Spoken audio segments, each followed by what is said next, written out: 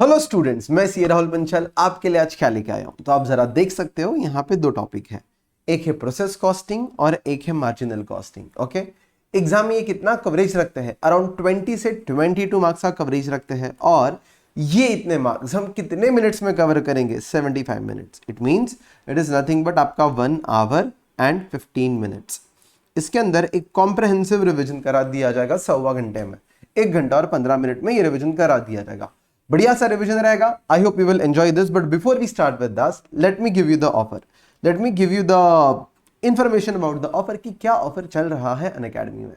तो जरा आप यहाँ पे देख सकते हो, अभी के लिए तो 25% ऑफ, उसके अलावा प्लस अभी तो 35% ऑफ चल रहा है, प्लस 5% एक प्राइस ड्रॉप भी है। ओके, यहाँ पे। और इसके लिए आपको यूज करना पड़ेगा code RPCA, that is the offer which is going on. 35% as of now is the discount. It changes as of now for a limited period. It is 35% और ऊपर से 5% प्राइस ड्रॉप, मतलब टोटल डिस्काउंट 40% है। You will use the code RPCA। Lectures की link आपको description में दी रहेगी। वैसे अगर मैं देखूं तो देखिएगा यहाँ पे अगर आप ये डिस्क्रिप्शन देखोगे तो आपका May 25 के लिए आप एग्जाम देना चाहते हो तो बेस्ट है। इवन एनी एग्जाम आप you can check the batch accordingly, you can buy the lectures. Okay, मैं आपको पढ़ाता हूं कॉस्टिंग एंड FM यहाँ पे, और there is a team which teaches all other subjects. Like अगर मैं ग्रुप 2 की बात करूं तो यहाँ पे मैं कॉस्टिंग FM पढ़ाता हूं, अंकित सर आपको ऑडिट पढ़ाते हैं और SM पढ़ाते हैं अखिलेश दागा सर। यहाँ पे आप देखोगे आप मेरा इंडिविजुअल FM SM वाला सब्जेक्ट भी ले सकते हो और इंडिविजुअल कॉस्टिंग सब्जेक्ट भी ले सकते हो गाइज। सारे लिंक्स आपको डिस्क्रिप्शन में दे दिए जाएंगे। वीडियो अच्छा लगा तो यू वेलकम टू रहा भाई, लेना है lecture, you can buy those lecture. चलो गाइज, मिलते हैं मैराथन से, शुरू करते हैं। Bye bye. Okay, so hi guys, now we gonna start with one chapter जिसका नाम है मार्जिनल कॉस्टिंग। तो अब हम जिस चैप्टर से शुरू करेंगे वो है मार्जिनल कॉस्टिंग। इसकी समरी अराउंड 20 से 30 मिनट में इसको समराइज कर देंगे, फिर हम आगे बढ़ेंगे। देख लीजिएगा व्हाट इज मार्जिनल कॉस्टिंग और इसके कुछ फॉर्मूलाज है जो मुझे आपको समझाना है, जो आपको याद रखनी है। देखना, मार्जिनल कॉस्ट मतलब वेरिएबल कॉस्ट। ओके, अब इसके कितने पार्ट्स है देखना। जब भी आप इनकम स्टेटमेंट बनाओगे आप ऐसे बनाओगे, मतलब जनरली आप सेल्स में से टोटल कॉस्ट माइनस करते थे, लेकिन मार्जिनल कॉस्ट, तो इस कॉस्ट का मार्जिनल कॉस्ट मतलब वेरिएबल को अलग कर दो, फिक्स को अलग कर दो, तो अभी आपकी इनकम स्टेटमेंट ऐसी दिखेगी, which is sales minus variable cost. You will get contribution. इस कंट्रीब्यूशन में से आप फिक्स कॉस्ट हटा दोगे तो आपको क्या मिल जाएगा? प्रॉफिट, जो आपको याद रखना है। डन। अच्छा, याद रखना ये। अब इसके आगे अगर हम बताते हैं तो देखना, एक होगा ब्रेक इवन पॉइंट, एक होगा मार्जिन ऑफ सेफ्टी, एक होगा टोटल सेल्स। इसके कुछ फॉर्मूलाज है जो मैं आपको बता देता हूं, जो आपको एग्जाम के लिए याद रखना है। लॉजिक अच्छे से मैंने लेक्चर्स में डिस्कस किया हुआ है, do not worry about that. अभी आपको देखो क्या याद रखना है, यहाँ पे जो लिखा गया है। First of all, what is break even point? तो मान लेते हैं ब्रेक इवन पॉइंट, यहाँ पे इसका मतलब क्या होता है समझो। It is no profit no loss situation, मतलब इस वाले केस में आपका प्रॉफिट निल आ जाता है एट द एंड, कि सेल्स में से वेरिएबल कॉस्ट खत्म किया, कंट्रीब्यूशन है उसमें से फिक्स कॉस्ट भी हटा दिया, तो जो प्रॉफिट आया वो निल आया करके, कुछ बचा नहीं। और इस ब्रेक इवन पॉइंट के ऊपर आप जो सेल करते हो उसको हम मार्जिन ऑफ सेफ्टी बोलते हैं, और दोनों का एडिशन टोटल सेल्स। मान लेते हैं आपका बीईपी ये 60 है, आपने टोटल 80 का सेल्स किया है, तो 80 में से 60 बीईपी है, उसके ऊपर कितना सेल्स हो गया? 20। ये आपको मार्जिन ऑफ सेफ्टी बोला जाता है। I am going little formula based here because मैं आपको फॉर्मूलाज रिवाइज करवाना चाहता हूँ। ओके, लॉजिक मैंने अलग से एक अच्छे लेक्चर में डिस्कस किया है जहां पे आधा घंटा लॉजिक ही समझाया जाता है। ओके, यूट्यूब पे अगर आप सर्च करो marginal costing by CA Rahul Panchal, you will get that. Okay, पर अब हम इधर आते हैं और इधर देखना क्या समझना है। इधर आपको समझना है ये कि जब मैं बोलता हूँ break even point, so break even point, अच्छा मैं कुछ भी बोलूँ तो ब्रेक इवन पॉइंट बोलूँ तो न्यूमरेटर में क्या आ जाएगा? Fix cost. देखो मैं आपको फॉर्मूला बताता हूँ, ये याद रखना। या तो क्वेश्चन में बीईपी मांगा जाएगा, या तो मार्जिन ऑफ सेफ्टी, या तो टोटल सेल्स। मैं एक दो क्वेश्चन भी सॉल्व करके बता दूंगा, देखना ये न्यूमरेटर में आ जाएगा। फिर या तो ये लोग बोलेंगे कि आंसर किस में निकालो, मालूम है? या तो यूनिट्स में निकालो, that is BEP in units मांगेंगे, या तो बोलेंगे BEP in rupees, that is BEP in value बोल देंगे। देखना, तो या तो बीईपी को वो लोग यूनिट्स में निकालना बोलेंगे, तो बीईपी को बोलेंगे वैल्यू में निकालो। ठीक है, इस केस में अब जरा समझना, इस केस में देखना, कैन आई से दैट बीईपी मतलब आपका न्यूमरेटर में फिक्स कॉस्ट आ जाएगा। हाँ जी, बीईपी मतलब फिक्स कॉस्ट वो रिकवर करना, मार्जिन ऑफ सेफ्टी पे आप प्रॉफिट कमाते हो, और टोटल मतलब फिक्स कॉस्ट प्लस प्रॉफिट। मैं खाली फॉर्मूलाज बता रहा हूँ, याद करने की टेक्निक्स, और कुछ क्वेश्चन सॉल्व करवाऊंगा। लॉजिक थोड़ा कम बताया जाएगा इधर। यूनिट्स, अगर आपको यूनिट्स में आंसर निकालना है तो डिवाइड बाय क्या कर लीजिएगा, कंट्रीब्यूशन पर यूनिट कर लीजिएगा। आंसर वैल्यू में निकालना है तो डिवाइड बाय क्या कर लीजिएगा, पीवी रेशियो, जिसको हम लोग प्रॉफिट वॉल्यूम रेशियो बोलते हैं।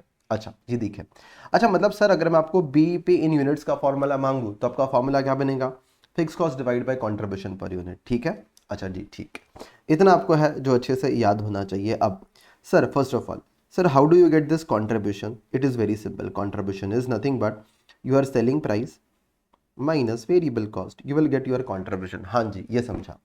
अब सर ये जो पीवी रेशियो आता है, ये पीवी रेशियो कैसे कैसे आता है ज़रा ये बता दो। तो देखो अभी ये पीवी रेशियो कैसे आता है, तो इसके अलग अलग तरीके हैं। अलग अलग तरीके मतलब देखो, क्वेश्चन में एक फॉर्मूला ये रहेगा, contribution upon selling price into 100, ये एक फॉर्मूला रहेगा। मतलब ऐसा कि आपने सेल्स 10 का किया, वेरिएबल कॉस्ट 6 का है, तो आप 4 रुपया कमा रहे हो, तो आप कितना परसेंट कमा रहे हो, 40% कॉन्ट्रीब्यूशन या तो प्रॉफिट कमा रहे हो यहाँ पे, ग्रॉस एक तरीके से। फिक्स कॉस्ट भी माइनस करना है तो ग्रॉस प्रॉफिट बोल दो, that is profit volume ratio, 40% कमा रहे हो, दैट इज वन थिंग।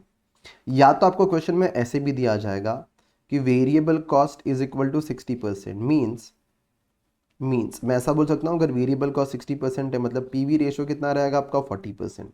आप ऐसे भी निकाल सकते हो, कभी कभी क्वेश्चन में वेरिएबल कॉस्ट के परसेंटेजेस दिए रहेंगे कि सेल्स का कितना है, तो सेल्स में से इतना वेरिएबल कॉस्ट कर दो तो बचा हुआ तो पीवी रेशियो हो गया। हाँ जी ये ऐसे भी दिया जा सकता है। अच्छा कभी कभी है ना आपको 2 साल का डेटा दिया रहेगा, कभी कभी आपको 2 साल का डेटा दिया रहेगा, तो तब आपको फॉर्मूला यूज करना है change in profit upon change in यहाँ पे sales into 100। So change in profit upon change in sales into 100, जो आप देख सकते हो देखो इधर, change in profit upon change in sales, तो पीवी रेशियो का ये एक फॉर्मूला हो सकता है। दूसरा, कभी कभार पीवी रेशियोज के लिए आपको फॉर्मूला का यूज करना पड़ेगा। फॉर्मूला किसका, it can be formula of either we can say that BEP का या एमओएस का। मतलब समझा दो, चलो एक ट्राई करके समझाता हूँ, बीईपी वाले से ट्राई करके समझाता हूँ। आपका बीईपी का आंसर क्या है, आपका बीईपी का आंसर है रुपीज़ का। अगर रुपीज़ में निकालना है तो फॉर्मूला क्या रहेगा, fix cost divide by PV ratio. तो fix cost divided by PV ratio, और इसमें क्या क्या गिवन होगा देखना, पीवी रेशियो या, so that will be given to you. So in this case let us say that it is given कि BEP आपको लेट अस से दैट कुछ दिया रहेगा, ये दे दिया रहेगा, दो चीज़ें दे दी रहेंगी, बीईपी इन रुपीज़ दे दिया रहेगा और फिक्स कॉस्ट दे दिया रहेगा, और आपको पीवी रेशियो ढूंढना होगा। सो देयरफॉर पीवी रेशियो का फॉर्मूला क्या बन जाएगा इन दिस केस, ऐसा आप मार्जिन ऑफ सेफ्टी के फॉर्मूला के साथ भी कर सकते हो। यहाँ पे fix cost divided by BEP in rupees, और परसेंटेज में कन्वर्ट करना है तो इंटू 100 कर दीजिएगा, कितना परसेंट पीवी रेशियो है ये आ जाएगा बिल्कुल। सो देखो मैंने ये बताया आपको ये कैसे निकालने का, ये कैसे निकालने का, डन सर ओके। अब एक चीज़ और, कभी कभार कैसा होगा ज़रा देख लीजिएगा, कभी कभार कैसा होगा, आपको ऐसा बोल दिया जाएगा कि MOS is equal to 60%, that's it, ऐसा दे दिया जाएगा। तो इसमें क्या करने का देखना, एमओएस इज 60% ऐसा बोल दिया, तो इस केस में आप क्वेश्चन कैसे सॉल्व करोगे, you will make the equation that total sales is equal to, जो आपका टोटल सेल्स होता है इज इक्वल टू दो चीज़ें, break even point plus margin of safety. I can say total sales is equal to break even point plus margin of safety, that is what I can say, and you will get the answer. Total sales is equal to break even point plus margin of safety. अगर हम अब इधर से आगे समझेंगे तो ज़रा समझना क्या होगा। आपका यहाँ पे ये बोला गया है 60% है, तो 100 रुपये में से ये 60% है तो ये कितना होगा 40, ये आपने परसेंटेजेस में निकाला। हाँ, फिर आगे का क्वेश्चन सॉल्व करने के लिए देखना क्या होगा, आगे का क्वेश्चन सॉल्व करने के लिए कुछ तो डेटा दिया रहेगा। देखो अगर क्वेश्चन में कौन सा डेटा दिया गया है, इफ फिक्स कॉस्ट का डेटा दिया है तो बीईपी यूज करना, एक फिक्स कॉस्ट गिवन, तो आप क्या यूज कर लोगे, या तो fix cost divided by PV ratio कर देना अगर पॉसिबल रहेगा तो, या तो और फिक्स कॉस्ट डिवाइड बाई क्या कर देना, कंट्रीब्यूशन पर यूनिट। तो इससे क्या हो जाएगा आपका बीईपी मिल जाएगा, या तो यूनिट्स में मिल जाएगा या तो रुपीज़ में, यूनिट्स में। जैसे अगर ये करोगे जैसे ये वाला देखो, ये यूनिट्स में या तो रुपीज़ में मिल जाएगा, एक सेकेंड यहाँ पे, या तो रुपीज़ में या तो यूनिट्स में आंसर मिल जाएगा किसी भी एक चीज़ का। देखो ये रुपीज़ में, इस फॉर्मूला ये दोनों में से कुछ तो मिल जाएगा, और अगर एक बार ये मिल गया तो क्रॉस मल्टीप्लाई करके दूसरा भी ढूंढ लोगे। अच्छा लेकिन अगर आपको प्रॉफिट का डेटा दिया तो प्रॉफिट के हिसाब से यूज़ करो, तो एमओएस आ जाएगा कैसे, प्रॉफिट डिवाइडेड बाय आप क्या कर दोगे, पीवी रेशियो। तो एमओएस आ जाएगा, तो प्रॉफिट डिवाइड बाय कंट्रीब्यूशन कर दोगे पर यूनिट, तो आपको एमओएस इन यूनिट्स आ जाएगा। क्या बता, ये क्लियर है? यस, फिर accordingly you can proceed ahead अगर ऐसा कुछ दिया रहेगा तो। ओके ना, इससे आपके बेसिक क्वेश्चन सॉल्व हो जाते हैं।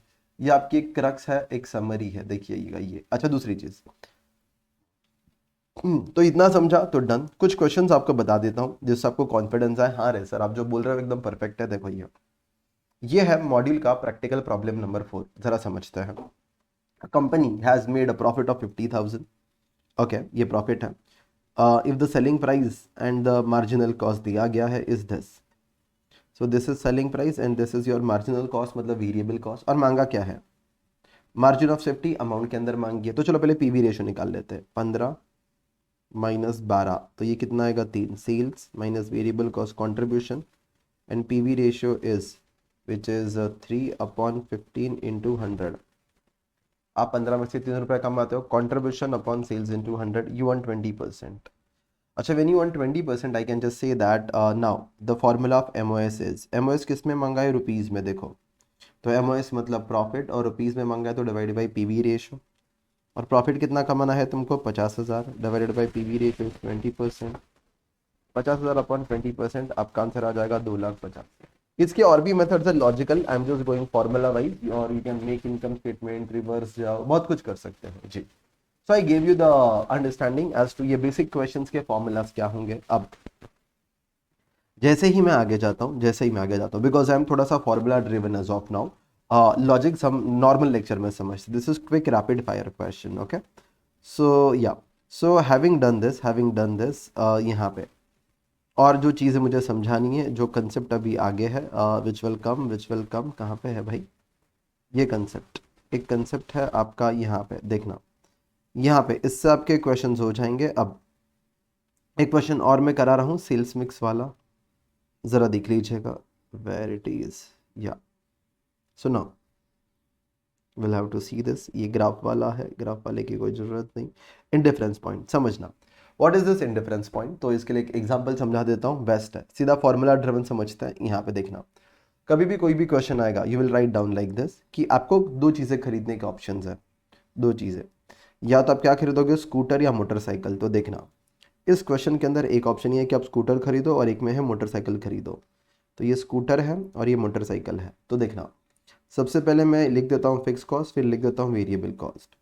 अगर मैं स्कूटर खरीदता हूँ तो उसका इंश्योरेंस सर्विसिंग मिला के 15,000 जाएगा, और पेट्रोल का खर्चा 12 रुपया पर किलोमीटर। अच्छा, 12 रुपया पर किलोमीटर इधर लिख देते हैं, 12 रुपये स्कूटर का है। और अगर वही मैं मोटरसाइकिल पे जाऊँ तो मोटरसाइकिल के लिए 17,000 का मेंटेनेंस वगैरह आएगा, सर्विसिंग, इंश्योरेंस, और मोटरसाइकिल का 10 रुपया पर किलोमीटर होगा। तो इसको आंसर देखो, इंडिफरेंस पॉइंट मतलब क्या होता है कि अगर आपकी गाड़ी इतने किलोमीटर के लिए चलेगी, आई रिपीट, अगर आपकी गाड़ी इतने किलोमीटर के लिए चलेगी तो आप स्कूटर खरीदो या मोटरसाइकिल खरीदो, खर्चा सेम ही आएगा। ओके, सो ये दोनों का डिफरेंस निकालो, 17,000 माइनस 15,000, तो 2,000 का एक्स्ट्रा खर्चा है, और इसका डिफरेंस 2, तो ये डिवाइड कर दीजिएगा, आंसर क्या आ जाएगा, 1,000। तो फॉर्मूला क्या है इंडिफरेंस पॉइंट का, इंडिफरेंस पॉइंट का फॉर्मूला है change in fix cost upon change in variable cost. तो देख लीजिएगा 1,000। अभी इतने किलोमीटर पे अगर आप नोटिस करोगे, स्कूटर का भी कॉस्ट सेम आएगा, मोटरसाइकिल का भी खर्चा सेम आएगा। अगर देखना हो तो देखो ऐसे, स्कूटर का खर्चा क्या होगा, एक तो 15,000 लगेगा ही लगेगा, और मोटरसाइकिल में कितना लगेगा, 17,000। अच्छा, उसके अलावा क्या लगता है, वेरिएबल कॉस्ट, जो लगता है 12,000 है किलोमीटर, तो हर एक का 12 रुपया, तो 1000 इंटू 12, 12,000, और 1000 इंटू क्या होएगा, 10, 1000 इंटू 10 दैट इज कितना, 10,000। इफ आई ऐड दिस तो इधर भी 27,000 आएगा, इधर भी 27,000 आएगा, and this is going to be your answer, I can say that. Clear है थॉट प्रोसेस, एकदम अच्छे से समझा, हाँ जी। तो यहाँ पे आपका सबसे पहला पार्ट कौन सा हो गया, ये फॉर्मूला क्या है इंडिफरेंस पॉइंट का, देखो ये चीज याद रखिए कि change in, it is indifference point जहाँ पे आपका कॉस्ट दोनों इस ऑप्शन में सेम आता है। इंडिफरेंस पॉइंट मतलब इस पॉइंट पे इसका फॉर्मूला है change in fix cost upon change in variable cost. Okay, अब सर ये इंडिफरेंस पॉइंट निकालने का फायदा क्या है, देखो अगर ये ऑप्शन आपका 1,000 आया तो मुझे बताओ सर स्कूटर कब बेटर होगी, 1,000 पे तो दोनों ऑप्शन बेटर है, 1,000 के नीचे क्या बेटर होगा, जिसका फिक्स कॉस्ट कम होगा। क्यों, मान लो 0 किलोमीटर, 0 किलोमीटर पे वेरिएबल तो होने ही नहीं वाला, खाली फिक्स कॉस्ट लगेगा। तो जिसका फिक्स कॉस्ट कम है भाई, झंझट कम, अपन ज्यादा ट्रैवल नहीं करते, तो जिसका फिक्स कॉस्ट कम है वो ले लो वैसा। तो लोअर फिक्स कॉस्ट जिसका बेटर होगा, तो लोअर फिक्स कॉस्ट किसका है, स्कूटर का, तो स्कूटर इज बेटर वैसा। और इंडिफरेंस पॉइंट के ऊपर जिसका वेरिएबल कॉस्ट कम है, बहुत ज़्यादा गाड़ी चलाते तो वेरिएबल में जितनी बचत हो बेटर है। शॉर्टकट में समझा रहा हूँ, again I repeat, that is motorcycle करके वैसा। देखो, तो आपको याद रखना है इंडिफरेंस पॉइंट के नीचे वो बेटर होगा जिसका फिक्स कॉस्ट कम है, और इंडिफरेंस पॉइंट के ऊपर जिसका वेरिएबल कॉस्ट कम है करके, या तो ये एक निकाल लो, बचा हुआ इधर बैलेंसिंग फिगर आ जाएगा। Done. So this is the question और concept with reference to indifference point, जो आपको याद रखना है। मॉड्यूल के अंदर एक क्वेश्चन है जो 3 व्हीकल्स पे है, that is A B and C. अगर मैं आपको समझा दूं तो देखना ये वाला, इसको टैकल कैसे करेंगे ये समझते हैं, फिर नेक्स्ट कंसेप्ट पे जाते हैं। देखना, इसमें ऐसा है, टोटल कॉस्ट मेरा 15 लगता है, इसमें मेरा टोटल कॉस्ट कितना लगता है और इसमें टोटल कॉस्ट कितना लगता है वो निकाला हुआ है। देखो इधर 15, फिर ये 45, और ये वाला टोटल करोगे तो 125, और फिर आपका ये ऐड कर दीजिए, ये ऐड कर दीजिए, ये ऐड कर दीजिए, ये 240 हो जाएगा। ये ऐड करो इधर, ये 20 20 40 हो जाएगा। नाउ बिकॉज इस बार हमारे पास 3 ऑप्शंस है, तो इंडिफरेंस पॉइंट कितने निकलेंगे, 3। कौन सा, एक ए और बी के बीच में, एक ए और सी के बीच में, और एक बी और सी के बीच में, ऐसे 3 इंडिफरेंस पॉइंट निकलेंगे। मैं आपको एक इंडिफरेंस पॉइंट निकाल के बता देता हूँ, दूसरा आपको आ जाएगा, जरा समझना how you gonna do this. मैं ये बोलूँगा कि आप अगर इधर से इधर जंप करते हो तो आपका खर्चा कितने से बढ़ता है, 30,000, लेकिन आपका वेरिएबल कॉस्ट में बचत कितनी होती है, 100 रुपये की। 240 माइनस 100, 140 माइनस 240, 100। तो आप डिवाइड कर दीजिए 30,000 अपॉन 100, कितना आ जाएगा, 300। 30,000 अपॉन 100, तो आपका आंसर कितना आ जाएगा, 300 करके, that is A and B का आंसर 300 आ जाएगा जी। Is it clear, yes sir, it is very much clear, ये मुझे क्लियर है। अभी आगे ऐसे ही सेम बी सी और ए सी का निकाल लेना, इंडिफरेंस पॉइंट आ जाएगा। देखो, सो आपके 3 इंडिफरेंस पॉइंट आ जाएंगे once you get this 3 indifference point. आगे देखो क्या होगा, मुझे जानना है ए बी में से बेटर कौन है, तो ए और बी में से अगर इसके नीचे जाओगे तो जिसका फिक्स कॉस्ट कम है वो बेटर है, तो ये दोनों में से फिक्स कॉस्ट इसका कम है था, तो ये बेटर है ए, तो बचा हुआ बी लिख देना। ऐसा सी ऐसे करते जाना, you will get this answers. Exam में आपके पास टाइम होगा नहीं तो मैं एक शॉर्टकट बता रहा हूँ, रेगुलर लेक्चर में काफ़ी डिटेल में बताया जाता है, अब मैं आपको एक शॉर्टकट बता रहा हूँ, सुनना। एक है इंडिफरेंस पॉइंट 300, एक है इंडिफरेंस पॉइंट 550, ये काफ़ी ज़्यादा स्पीड में, ये है 800। तो मैं बोलूँगा 300 के नीचे कौन सा बेटर है, ए, और 800 के ऊपर कौन सा बेटर है, सी। तो पूरे बचे हुए पार्ट में बी बेटर होगा। ये हम डेरिवेशन बहुत ज़्यादा डिटेल में करते हैं रेगुलर लेक्चर में, लेकिन इधर इतना काफ़ी होगा ऐसा कि ए एक साइड में आ गया, सी एक साइड में, तो बचे हुए में बी बेटर रहेगा। ये पूरा डेरिवेशन समझाया जाता है, बट यार this is how you should solve this. फिर आपको बोला गया है कितने यूनिट्स बनाने हैं, 600 सोच रहे हो आप, तो 600 मतलब किधर आ जाएगा, इस बीच, तो बी इज बेटर। 600 के लिए देखो बी इज बेटर, फिर आप 600 सोच रहे हो तो बी इज सुटेबल। और दूसरा आप कितना सोच रहे हो, 850, तो इन फ्यूचर 850 जाएगा, तो 850 मतलब 800 के ऊपर, तो C is better considering the future load, C is better अगर आप फ्यूचर की 850 की बात करोगे। दैट्स इट, ये क्वेश्चन था जो आपको ध्यान देना है। तो मैंने 2 चीज़ें बताई, एक बेसिक कंसेप्ट बता दिया आपको, और अभी एक इंडिफरेंस पॉइंट बता दिया। चलो अभी आगे, और आगे अगर हम बात करेंगे इंडिफरेंस पॉइंट के बाद, और भी चीज़ें हैं यहाँ पे, जैसे कि ज़रा रुकिए, तो जैसे कि एक सेल्स मिक्स वाला क्वेश्चन है।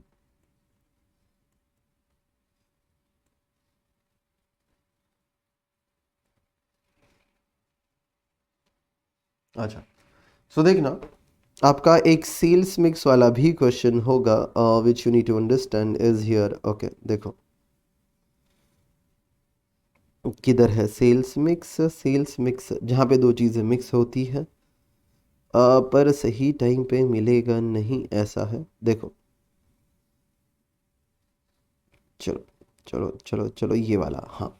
So this is the question based on sales mix, एक कंसेप्ट बताया गया है, फिर इसके ऊपर एक मॉड्यूल में क्वेश्चन है वो करवा देता हूँ। सुनिए कैसा होता है ना, आप 2 प्रोडक्ट बना के बेचते हो। देखो मैं बोलता हूँ एक्स मान के ही सॉल्व करते हैं क्या, चलो देखते हैं। चलो 2 प्रोडक्ट बना के बेचते हो, जैसे भी आपको सॉल्व करना है मैं एक बार दोनों मेथड से बता देता हूँ। देखिए यहाँ पे 2 प्रोडक्ट है जे एंड के, तो आप एक बॉक्स के अंदर जे को भी रखते हो, के को भी रखते हो और बेचते हो। इसके 4 रहते हैं, जे के और के कितने हैं, 3, ये यूनिट्स है।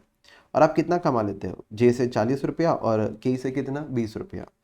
सो जे से 40 और बी से, ये 1 यूनिट का है, तो कहना है इसे जे के 4 यूनिट्स होते हैं और 1 यूनिट से इतना कंट्रीब्यूशन कमाते हो, इसके 3 यूनिट्स होते हैं और इसके 1 यूनिट से 20 रुपये कमाते हो। दोनों को मल्टीप्लाई करोगे कितना आ जाएगा, 220 रुपये आ जाएगा। दिस इज कॉन्ट्रीब्यूशन पर सेट।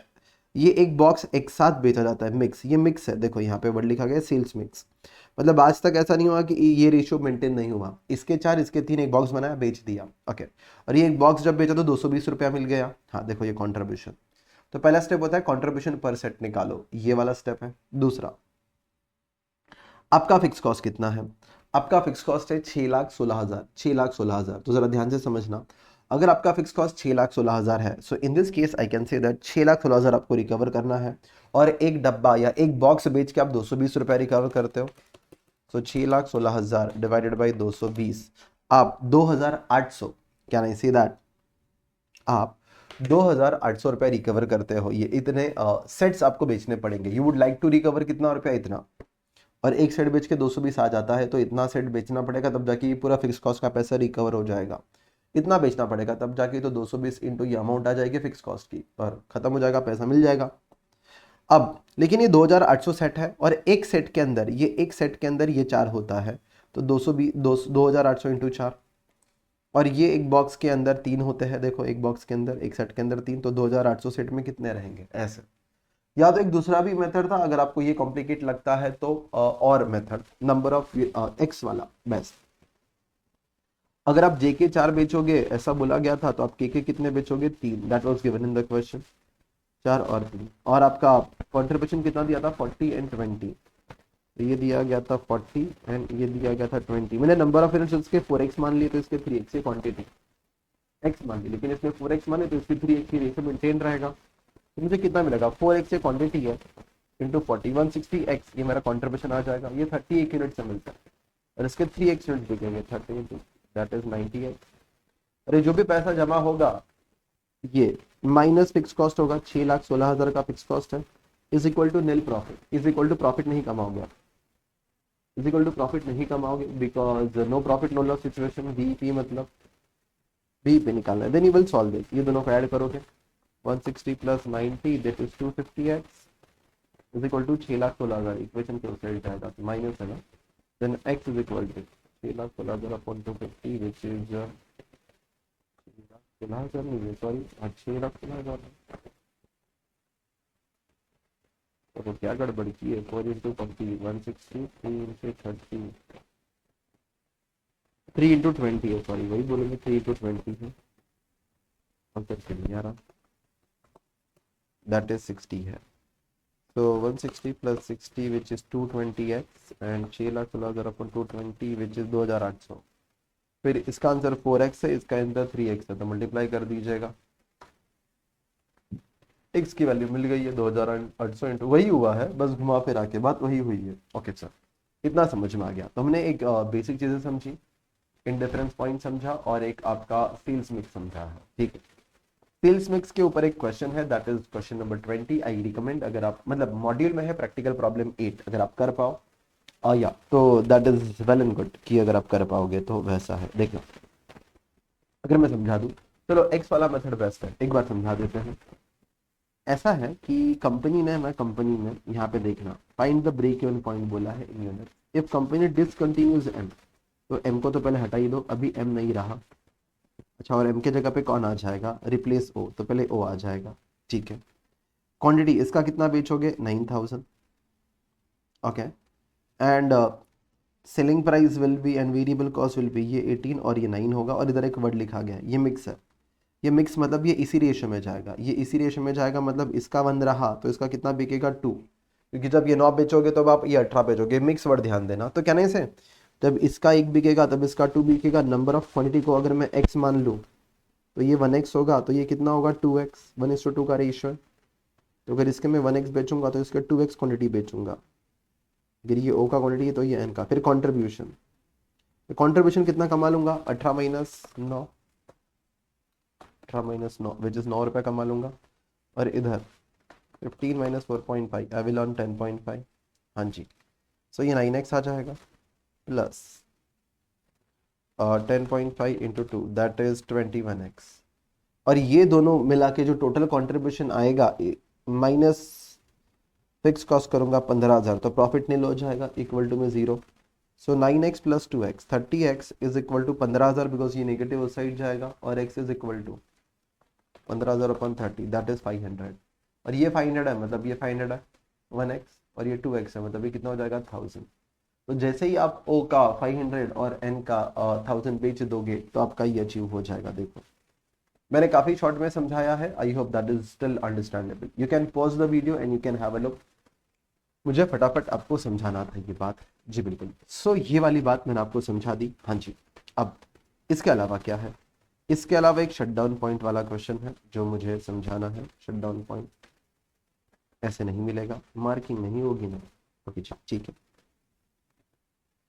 तो ढूंढना काफी मुश्किल होगा जी ऐसे तो।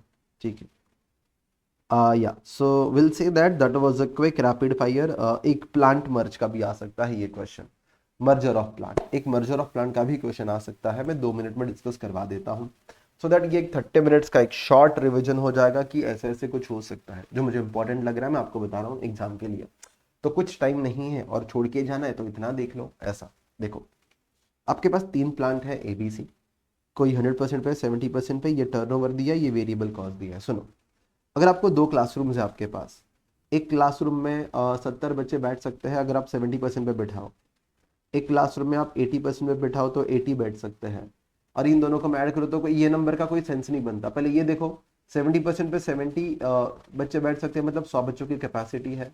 इसमें 80 बच्चे 80% पे बैठ सकते हैं तो इसके भी 100 की कैपेसिटी है, टोटल 200। ये कैपेसिटी बताता है कि अगर ये पूरी क्लासरूम अगर मैं भरूं तो 100% पे आप 200 बच्चे बिठा सकते हो।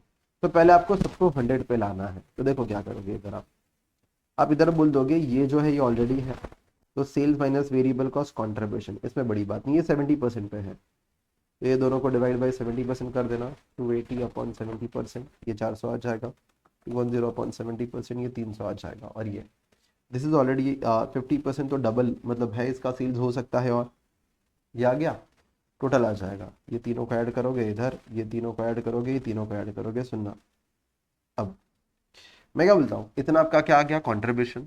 अच्छा now you have to get the PV rate. अच्छा ये फिक्स कॉस्ट में कुछ बदलाव आएगा क्या? नहीं ना, अरे ये रेंट है। आप बच्चे 50 बिठाओ या 70 बिठाओ, क्लासरूम है जिसमें 70 बिठा रहे हो 70%, लेकिन रेंट तो पूरा ही देना पड़ेगा। ऐसा थोड़ी बोलोगे कम बच्चे बिठाए कम रेंट देंगे, नहीं। तो देखना, इसको कुछ परसेंटेजेस नहीं करने का, खाली इनको ही डिवाइड बाय कर देने का, ये 70% और ये डिवाइड बाय 50%। सुनना, नाउ कहने से प्लांट कितना रुपया कमाएगा, कहने से 350 upon 1000 into 100, plant will earn कितना? Plant will earn around 35%। हाँ जी, 1000 के सेल्स पे 350 कमाता है, और मेरा फिक्स कॉस्ट कितना है, ये एज इट इज ऐड होगा तीनों, और ये इतना है। अच्छा अगर मेरे को क्या पूछा गया है, capacity for the break even, कहने से ब्रेक इवन पॉइंट कैसे निकलेगा? हाँ, fix cost upon PV ratio, that is 182 upon 35%, that is 520। और ये नहीं पूछा है बीपी, पूछा है किस कैपेसिटी पे काम करना पड़ेगा। इतनी कैपेसिटी अचीव करूंगा तो बीपी अचीव हो जाएगा। सेल्स कितने का है? 1000 का है, और बीपी अचीव करने के लिए 520 जितना सेल्स करना पड़ेगा, मतलब 52% जितना सेल्स होगा। 52% पे अगर आप ऑपरेट कर रहे हो 52% पे, you will achieve break even point. इतने पे ऑपरेट, तो that will be the target of the organization कि 52% कैपेसिटी यूज करनी है अपने को। क्या समझे? हाँ सर, ये समझ में आ गया। आगे, अगर हम 75% कैपेसिटी पे काम करें तो हमारा प्रॉफिट कितना होगा? प्रॉफिट तो मैं 75% पे काम करूंगा तो ये 1000 नहीं होगा, 1000 का 75% 750 हो जाएगा। 35% मेरा कॉन्ट्रीब्यूशन होता है, तो 750 का 35% 262, ये इतना कॉन्ट्रीब्यूशन 35%, और इसमें से फिक्स कॉस्ट हटा दीजिए, दैट इज 80.5। तो आपका आंसर 80.5 आ जाएगा। जरा समझना, थोड़ा स्पीड में करा है बट या अंडरस्टैंडेबल है। Turnover of the merge plant to give the profit of 28 lakh. अगर आपको कमाना है, सेल्स निकालना है, तो fix cost plus profit divide by PV ratio निकालना होता है। सेल्स निकालना है ना अपने को, तो फिक्स कॉस्ट प्लस प्रॉफिट। तो मुझे कितना कमाना है? 28 लाख, लेकिन ये कमाने के लिए पहले फिक्स कॉस्ट का भी तो अरेंजमेंट करना पड़ेगा, 182। तो मेरे बैंक में इतना रुपया आना चाहिए 182, जिसको कट करने के बाद 28 बचेगा, तो ये दोनों को ऐड करो, 182 प्लस 28, इतना पैसा 210 आना चाहिए। और मेरा पीवी रेशियो 35% है, तो कितने का? 600 का करना पड़ेगा सर, तब जाके आप 28 का प्रॉफिट कमाओगे। That's it. So that was a quick rapid fire guys of marginal costing in minimum time, जितना आपको करना था एग्जाम के लिए। मैं हूँ C Rahul Panchal and I am educator for, यहाँ पे अगर आप देखोगे तो या costing and FM I teach and yes, अगर आपको मेरा सब्सक्रिप्शन मतलब अनअकैडमी के लिए सब्सक्रिप्शन लेना है फॉर कॉस्टिंग एफएम या for entire group for that matter, you can use this code RPC है, अभी के लिए चल रहा है 25% ऑफ। ओके, और सर अनअकैडमी लेने के फायदे, अरे भाई जितनी बार देखना है देखो, अनलिमिटेड व्यूज है, उसके अलावा सर अनलिमिटेड व्यूज है ही है, उसके बाद आप लेक्चर्स होने के बाद क्या कर सकते हो, पीडीएफ भी डाउनलोड कर सकते हो। Okay, so there are many other benefits, तो I recommend you guys can take the subscription but don't forget to use the code RPCA, either मेरा कोड या किसी भी एजुकेटर का, but you can use this code RPCA करके। चलो ठीक है, सो ये बात इधर खत्म होती है। दिस टुक अराउंड 30 या 29 मिनट्स टू रिवाइज। ऐसे और भी चीजें आएंगी, you just please don't forget to check the description, there is high possibility मैं उनको बोल दूंगा and they should do that कि मैं कमेंट सेक्शन में या डिस्क्रिप्शन के अंदर एक लिंक डलवा दूंगा कि ये चीजें है करके, ऐसा मतलब ये जो भी छोटे छोटे रिविजन है ऑलरेडी लेबर का अपलोडेड है और भी चैप्टर्स का अपलोडेड है, ये वाईटी पे आपको दिखेगा। सो धन्यवाद, अब हम इस लेक्चर को इधर करते हैं समाप्त। हेलो गाइस, तो now we are going to revise what process costing. Plan है अराउंड 30 मिनट्स में रिवाइज करवाने का, देखते हैं 25 to 30 minutes, it can be here and there 5-10 minutes, देखते हैं। तो चैप्टर का नाम है प्रोसेस कॉस्टिंग। चलो इसको समझने की कोशिश करते हैं कि क्या है और क्या नहीं करके। चलो देखना, व्हेन आई से प्रोसेस कॉस्टिंग, इसमें आपको देखो क्या समझना है। सबसे पहले इसके कितने पार्ट से 3 तरह के क्वेश्चन आ सकते हैं इसमें। एक तो without WIP, with WIP and inter process profit. ठीक है, एक काम करते हैं, इसमें बच्चों को ज़्यादा डाउट होते हैं, पहले मैं ये वाला समझा देता हूँ। जहाँ पे डब्ल्यूआईपी का डेटा नहीं होगा तो क्या करने का, इसके लिए एक 6 स्टेप का मॉडल बनाया गया है कि ये 6 स्टेप फॉलो करो ना तो आपका आंसर आ जाएगा जी। देखिए इधर तो एक एक करके स्टेप्स है, ये स्टेप्स है ना मैं क्वेश्चन के साथ आपको समझाता हूँ, तो that would be easy for you to understand few things. Okay, so let me just draw your attention to this, let me just या प्रोसेस कॉस्टिंग फोर्थ वाले पार्ट पे है, जरा देखते हैं फोर्थ वाला पार्ट। ओके,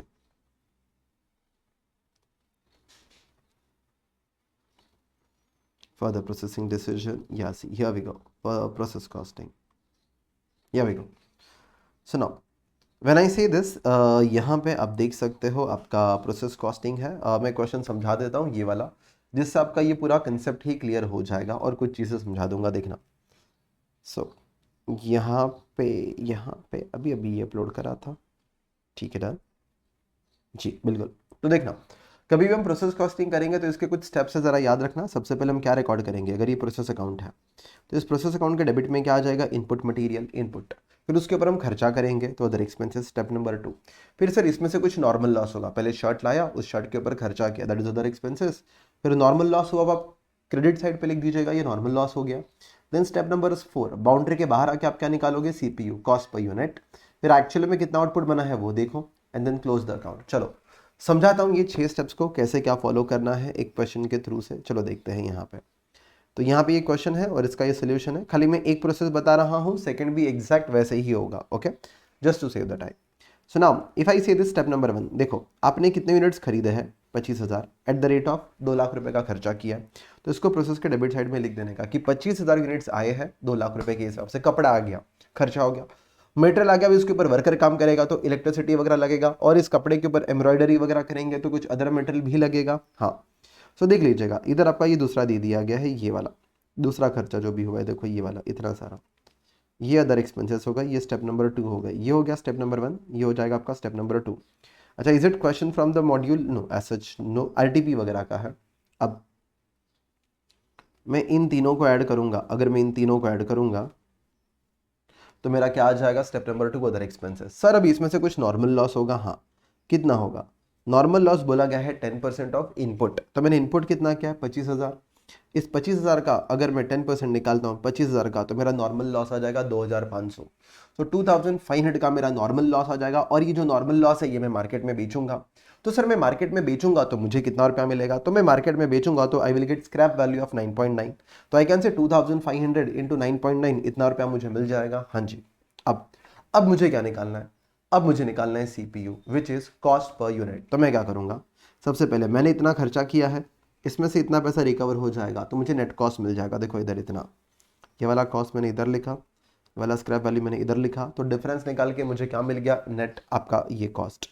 और अगर मैं बोलूँ मुझे यूनिट्स ये आंसर निकालना है, तो कहने से 25,000 यूनिट्स माइनस ये यूनिट्स, तो मैं कितने यूनिट्स एक्सपेक्ट कर रहा था, देखो 25,000 इधर दिख रहे हैं, ये वाला इधर दिख रहा है, फिर इधर डिवाइड करेंगे तो 731,250 डिवाइड बाई 2250, ये CPU आ जाएगा। तो जो भी आप एक यूनिट बना रहे हो उसकी वैल्यू है 32.5, जो भी एक यूनिट आप बना रहे हो उसकी वैल्यू है 32.5। अब अगर मैं इधर से आगे देखूं, तो आगे देखिएगा, मैं कितना यूनिट्स बनाने का सोच रहा था, इतना, कि इसमें से इतना तो खराब हो जाएगा सर 22,500, लेकिन बन कितना गया 22,000, कम बनाना दुख की बात है। आई was expecting 22,500, but what I have actually produce is only 22,000। ये स्टेप नंबर 5 है, ये है step number 1, expenses step number 2 है, ये स्टेप नंबर 3 है, CPU स्टेप नंबर 4 है, स्टेप नंबर 5। अच्छा सर, लेकिन ये जो 22,000 यूनिट्स बने हैं, एक यूनिट की वैल्यू क्या होगी 32.5, तो मल्टीप्लाई विद दैट, तो 22,000 इंटू 32.5 अगर आप करोगे तो आपका ये वाला आंसर आ जाएगा 7,15,000 जी। अब स्टेप नंबर 6, स्टेप नंबर 6 आपका क्या है, close process account. Step number 6 is close process account. जब मैं क्लोज करूंगा इधर एक डिफरेंस आ जाएगा जो रहेगा अब normal loss. Why I was expecting this much, I got this much, तो यहाँ पे अब नॉर्मल लॉस दिख रहा है। बिल्कुल सेम हैपेंस विद प्रोसेस 2, तो I won't explain again that thing, बस एक ही चीज, यहाँ का जो आउटपुट है that will become input for the next process. तो नेक्स्ट प्रोसेस के लिए देखो वो क्या बन जाएगा, इनपुट। यहाँ पे जो मैंने इधर आउटपुट लिखा था ना, ये 22,000 और 7,15,000, तो 22,000 7,15,000।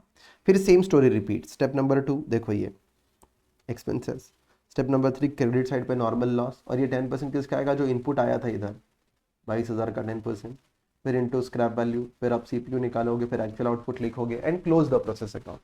Same 5-6 steps you will follow and you will get your answer. I hope whatever I wanted to convey or I want to convey that is clear. जी बिल्कुल। अब सर इसके अलावा क्या होता है, देखिए आपने क्या सीख लिया, ये सीख लिया how to prepare process account with 6 steps. अच्छा सर, प्रोसेस अकाउंट कितने लाइन का बनाने का, प्रोसेस अकाउंट हमेशा 10 लाइन का बना देने का। देखो ऐसा ही है, ये 10 लाइन का फॉर्मेट होता है, 10 लाइन का फॉर्मेट है ये वाला, और ये आपका particulars quantity amount, particulars quantity amount. अब मुझे क्या सिखाना है, अब मुझे ये बताना है नॉर्मल लॉस और अब नॉर्मल लॉस कैसे बनाने का। तो देखना इसके लिए स्टेप्स है। अगर क्वेश्चन में नॉर्मल और अब नॉर्मल लॉस है तो इसके लिए 3 स्टेप्स है। अगर आप देखोगे तो इसके लिए आपके 3 स्टेप्स है जो दिए गए हैं, जरा देखना। स्टेप नंबर 1, इसको मैं SSC करके भी बोलता हूँ, SSC, that is second effect का S, सेल ऑफ स्क्रैप का S and close the account का C। यहाँ पे चलो समझते हैं। सबसे पहले अगर ये क्वेश्चन मैं आपके सामने रखूँ ये वाला, तो देखना इधर ये सॉल्यूशन जो आपने पहला वाला किया है, नॉर्मल लॉस कौन से साइड पे दिख रहा है, क्रेडिट साइड पे। अब नॉर्मल लॉस भी कौन से साइड पे दिख रहा है, क्रेडिट साइड पे। तो जब नॉर्मल का और अब नॉर्मल वाला अकाउंट बनेगा तो नॉर्मल लॉस के डेबिट साइड पे जाने का, और ये कहाँ से आ रहा है, प्रोसेस 1 से, टू प्रोसेस 1।